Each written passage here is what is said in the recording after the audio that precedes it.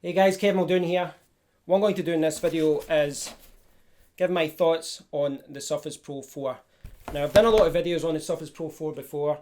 I've showed you me editing on the with Premiere Pro. I've showed you the webcam and all that kind of thing, and I've kind of went through the keyboard and all that.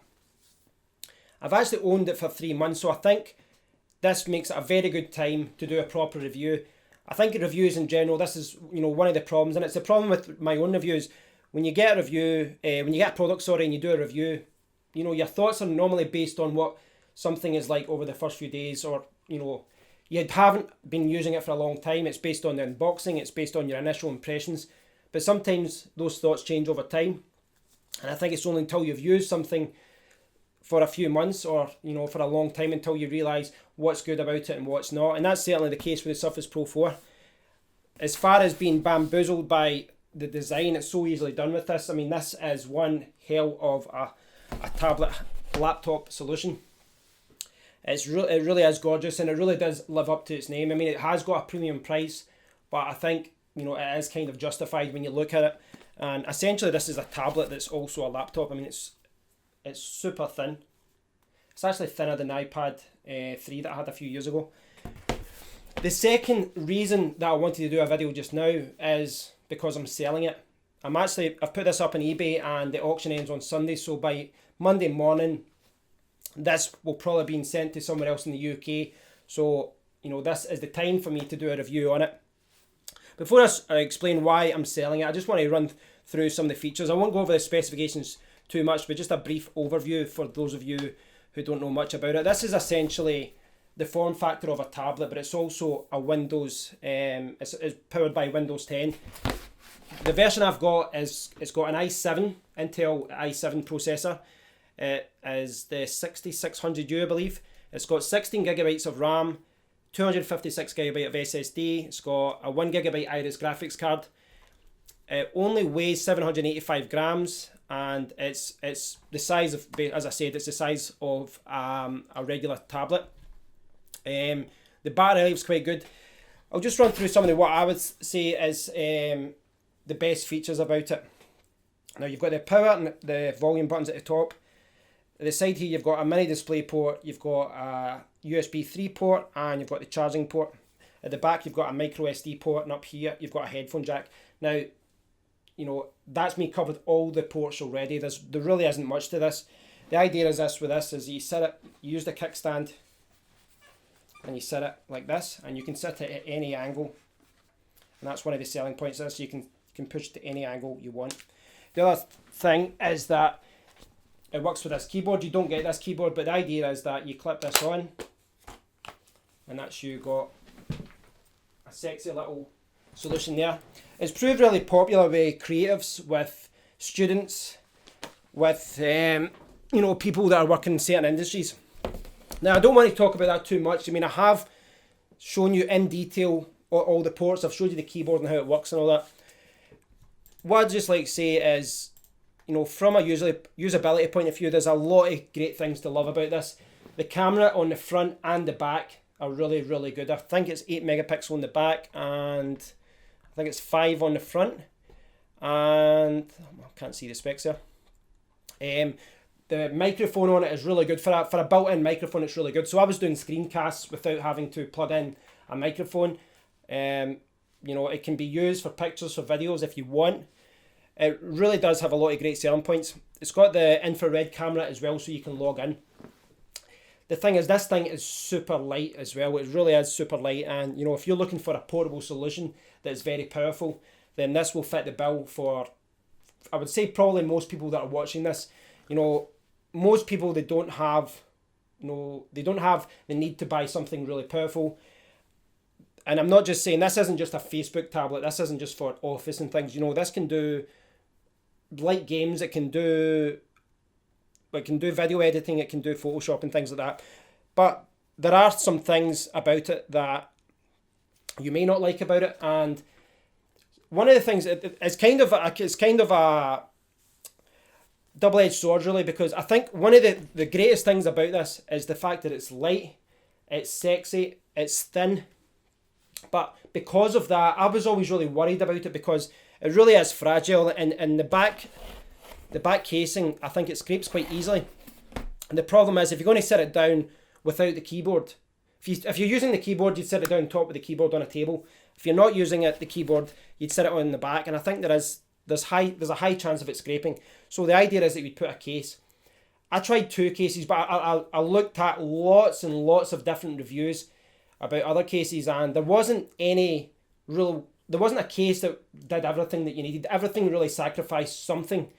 For example, the Kensington case that I reviewed, it was really, really thick. It gave great protection, and again, as I said, this is fragile, so that's something that's really important. It gave great protection, but it added a lot of weight, it added a lot of size to it, and it actually stopped the USB drive working properly. You couldn't put in a USB flash drive, and that's another problem. Because it's only got the one USB 3 port, most of the time that's not an issue, but when you do need to connect to Ethernet or something like that, you're going to have to use a hub. It kind of works okay. This is the kind of thing that you should be putting in your bag and you'll be walking around with it a lot. It's nice at home, but really this is so light that makes sense that this is something for traveling. So you always have to take a USB accessory with you. There's a few things, I do think though that after a while I found that it being so light and fragile, it was something that kind of annoyed me a little bit. I was coming from using this for many years. This was a Lenovo X220. It's quite an old machine now, but it still works great. It's actually about the same size. It's quite thick. It's only about 1.3 kilograms, right enough. But I just like the way, you can just sit this down anywhere, and you were never worried about it too much. With this was something that you always kind of worried about, and going back to what I said about the cases, I couldn't really find the perfect case. They all did something that was a little bit annoying. One of the reasons why there isn't a really good case for it is that they all need to kind of accommodate this case. So they all have to accommodate the type cover case. So what they need to do is kind of build around it. The alternative to that is that they use a folio style case where it just wraps around everything. And that, adds a lot more, essentially then you'd have your tablet, you'd have your keyboard case, and then you'd have like a case wrapped at the bottom and top around it. And when you get to the end of all this, all of a sudden your small, sexy little machine isn't small and sexy anymore. The whole package is going to be quite heavy. That's different to something like this. A normal laptop like this is kind of quite durable, so you don't need a case on it all the time. Put it in a bag, but you don't really need it to wrap it around. You wouldn't need a case or a folio case around it. Whereas something like this, I think you would. Except I think, it's a shame really, because I think something so thin and sexy and all that, you really should be using it naked and using it, keep it as cool as you like. But it's so expensive, you want to look after it as well. Where it fell for me though, it wasn't the fact that it was portable or light or things like that. I mean, that being light and fragile is a thing, but for me it just isn't powerful enough for what I need.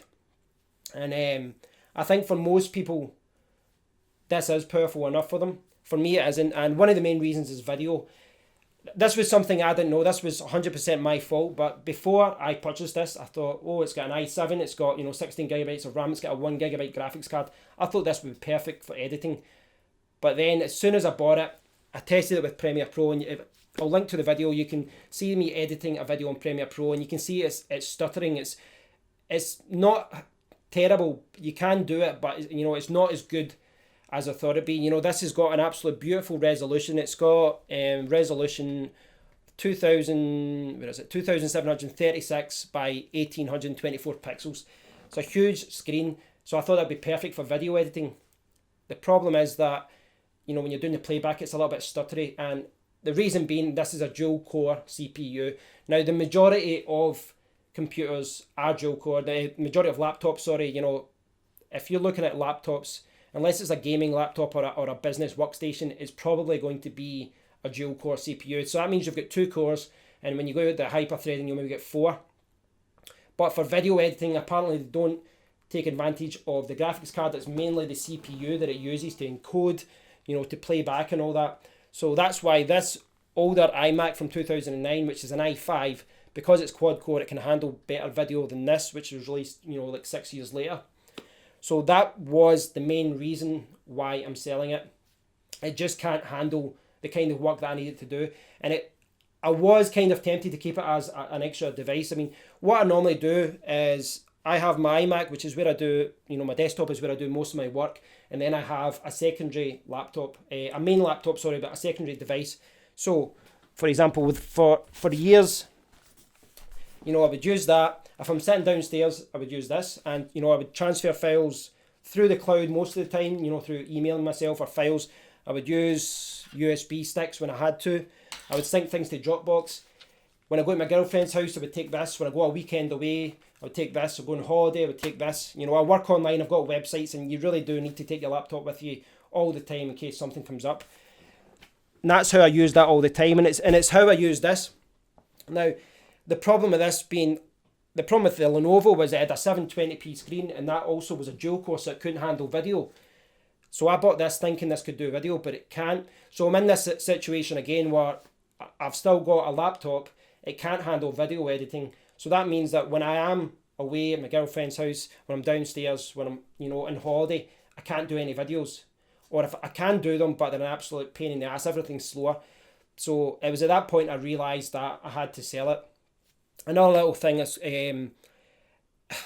there's a few things as well, like, because the way that this works, you've got the desktop like this, the screen like this. When you put on the keyboard, it's top heavy. All the weight is here. This is about 0.8 kilograms. This is about 0.3, and all the weight's at the top. That's not a deal breaker, but it is a little bit weird to get used to that. With a laptop, all the weight's in the bottom and the screen. There isn't much weight, and that's something I kind of had to get used to. But I think the main reason was that I couldn't really justify having something so expensive, and I wasn't using it. So I made the decision to sell it, and I've actually bought the new one today, and I'll be talking about that in my next video. But I think that really was the main reason. As far as what this laptop is like, I would highly recommend it. I think this is a fantastic tablet. I think it's a tablet laptop solution. I still love it, and was a part of me really disappointed that I had to sell it. It's fantastic. It does 90% of what I needed to do, and I love the camera on it, the microphones. I love how light and portable it is. Although I've not found a perfect case for it yet, the one that I've got, I was never happy with it. The keyboard cover works great. The pen also works great. It's not something I've ever used, if I'm honest. But I guess, it's always there if you need it. But I really did love it. It is a fantastic laptop, but it just doesn't make sense for me. I've picked up a quad-core laptop. It's a bigger laptop. The problem is you really can't get any quad-core laptops this small. I think there's a couple of gaming ones at 13, 14 inches, and they are quad-core CPUs, so I thought, okay, that will do. But then you read a lot of reviews, and they've all got problems with heating and things like that, with overheating. This one's 15.6, and it doesn't seem to have any problems with that. But going back to this, to kind of summarise what I've been saying already, this is an amazing laptop. It's fantastic. I sent it back to Microsoft, and they returned it within 1 week, less than a week, and it was mint condition replacement. It's actually better than the one that I sent away. It's a fantastic laptop. I love it, but it just can't do what I needed to do. And once I realised that it couldn't do what I needed to do, I had to accept the fact that I had to sell it. I'd love to keep it as a third device, but at the end of the day, if you get something that expensive, this still retails for £1,450. It's £100 odd or so for the keyboard cover as well. And it doesn't make any sense for this thing to just sit in my house for the next year getting used 3 or 4 times. If I'm not going to be using it actively, then I need to sell it. One of the things I did note though, I noted at the start that, excuse me, I've got the cold, so I'm so dehydrated. At the start of the video, I talked about how you're a little bit bamboozled, and I think that is the case. I mean, I'll be the same with this one as well. When you buy a new laptop, a new phone, anything, it's so shiny and new that you love it, and sometimes you can't see the flaws because of it. Before I bought it, I thought I would use this in a different way, and I thought, my idea was that I loved the fact that it was a tablet and a laptop, and my idea was that, I would be working, say, down the stairs, I'd be typing away, and then when I was finished, I would just pull the keyboard away like you can, and I would browse the internet, I would do shopping, I would not that I do shopping a lot, but you know what I mean. I could just browse the web and, you know, type on and reply in forums and things like that, and just do it with a tablet. It's lighter. It's a more kind of more enjoyable experience. But I did that for about a week, and then I found that I stopped doing that. I found that perhaps because I've got a big screen on my phone, but I found that after a while I wasn't going to the Surface Pro to use it as a tablet. Now, a lot of people complain about Windows being a poor tablet, and you know, it doesn't compare from an application point of view. It's certainly not going to compare to the Apple Store or Google Play. There are some good apps though, and there's some games there, and there are some applications. But by and large, just browsing the web is an enjoyable experience. Just sitting on a couch with this is great. It really is good.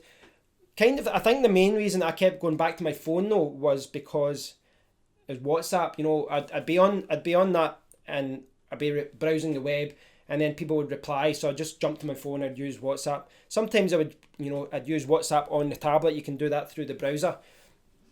But basically, you know, I stopped using it as a tablet. And when it stopped using it as a tablet, essentially I just had a laptop, if you know what I mean. And I wasn't really using it to its full extent. It's kind of disappointing, but I'm really glad that I bought it though, and I should get, you know, pretty much what I paid. If you never know, there's maybe a chance I'll get more.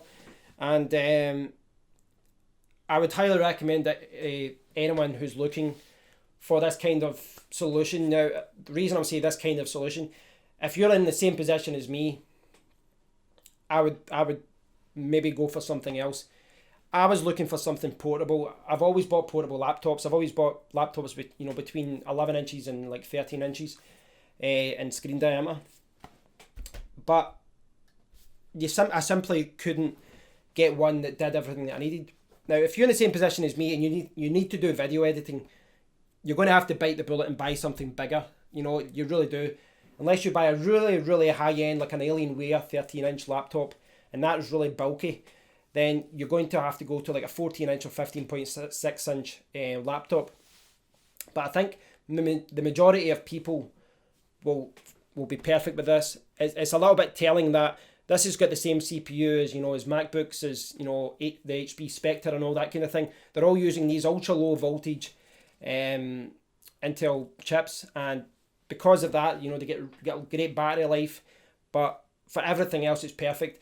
This can handle games. It can, you know, if you're a web developer, this is going to handle coding and websites and uploading files and Photoshop and all that. It's going to handle it all perfectly. So I think for most people, this is going to be a great solution. Bear in mind, specifications wise, if you don't need this small form factor, you're probably as well going for something cheaper. If you don't mind a little bit extra weight, a little bit extra bulk, then you could save yourself a huge amount of money and, you know, just spend like say £500-600 and get a laptop instead of paying like £1,200 to get something as small as this. It's worth noting though, you know, I said that this one is £1,450. You can get the cheapest version of this in the UK for around £650. If you just need something basic, you can get it with 4GB of RAM, an M3 processor. It's got everything else, you know, all the same features, the same camera, the same microphone. It just won't have the power. But if you're just needing something in the house and you don't really do anything that's really stressing the CPU or really stressing, you know, making your RAM run out, this is something that I would really recommend looking at, you know, because if you look at the price of iPads and things like that, this isn't too much more. It's only a few £100s more expensive than iPads as far as the low end version of this. So that is really something to consider. As always though, if you're thinking about doing this, don't take my words as gospel. This is just my experience. You really need to do your own research on this. You need to check out the video reviews, check out the written reviews online. There's a lot of reviews on this, and check it out. And the best way though, once you've looked at all these reviews, go into a store, try it out, play around with it, see if you like the kickstand, because you know, there's a lot of things that you might not like about it. There's a lot of things you'll love about it. The screen is amazing. I think I said it was really light and fragile, but I think the kickstand is the one area that I think they're going to have to address in the next version, because it is kind of like a weak point, which I think is why certain cases try and replace it and cover it up and replace it with their own stand. But it's a fantastic solution, but just do your research, look at all the specs, think about what you need as well, because I think I think I didn't do enough research as far as what I needed from a power point of view, from a resources point of view. And I made the mistake of thinking that this would be a great solution for video editing, but it's not. You know, the dual core CPU just can't handle it.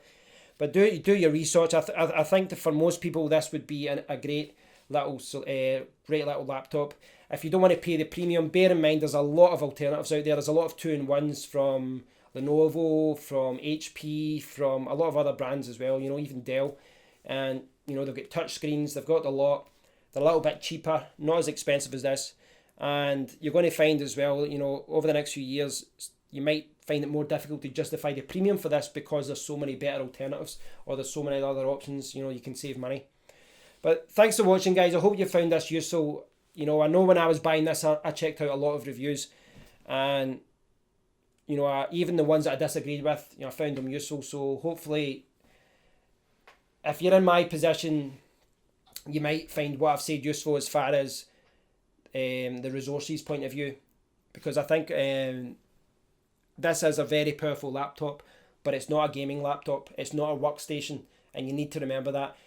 You know, if you want to be really particular, you can look at the ratings of the CPUs and all that kind of thing. Look at benchmarks to see how it performs. But for most general things, this thing's amazing, and I highly would recommend it. I'd love to hear your thoughts on this though, so please do leave a comment below. I'll do my best to answer them. If you enjoyed the video, please do like, share and subscribe. But yeah, I hope I've covered everything, and in a few days this will be gone. Do subscribe though, because in my next video I'll be showing you this beast that I bought. You can see the HP logo there.